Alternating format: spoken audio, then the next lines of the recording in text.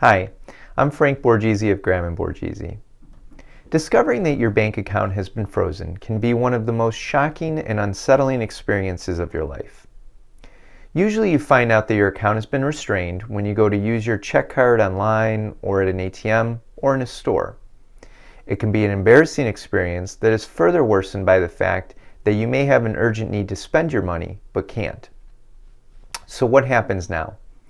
Most people call their bank right away and discover that a judgment exists and is the reason for the freeze.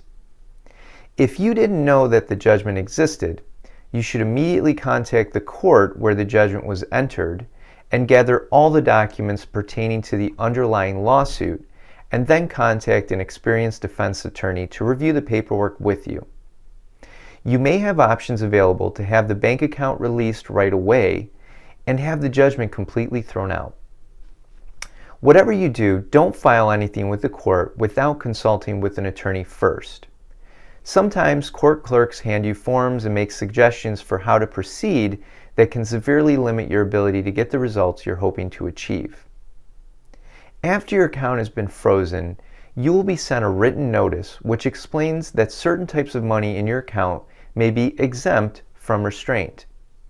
If you believe that your money falls into one or more of those categories, which include things like Social Security, workers' compensation, disability benefits, etc., then the notice outlines the process for getting your account released.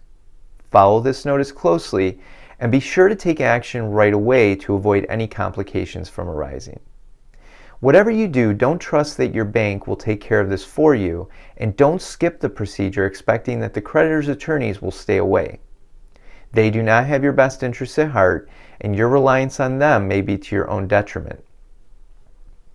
The actions of some abusive debt collectors actually led New York to creating a law known as the Exempt Income Protection Act, or EIPA, and it recognized the need people have to access money in their accounts for various necessities of life, and thus the law establishes totals that should remain available to you once your account has been frozen. For instance, if your account doesn't possess any exempt funds, then anything below $2,000 or so can't be touched. On the contrary, if some of those exempt funds are present in your account, then the cutoff is raised to about $2,700 or so. These protections provide temporary relief and access to funds, but depending on the specific circumstances of your situation, they may require further analysis and action to fully resolve. Thus, I strongly recommend that if you've discovered your bank account has been restrained, you should call our office right away to evaluate the situation and determine the best course of action for you. Put our years of experience handling thousands of consumer law issues to work for you. Our consultations are free, and we do not try to pressure you to do something you'd rather not do. There is a solution to your problem that best suits your needs.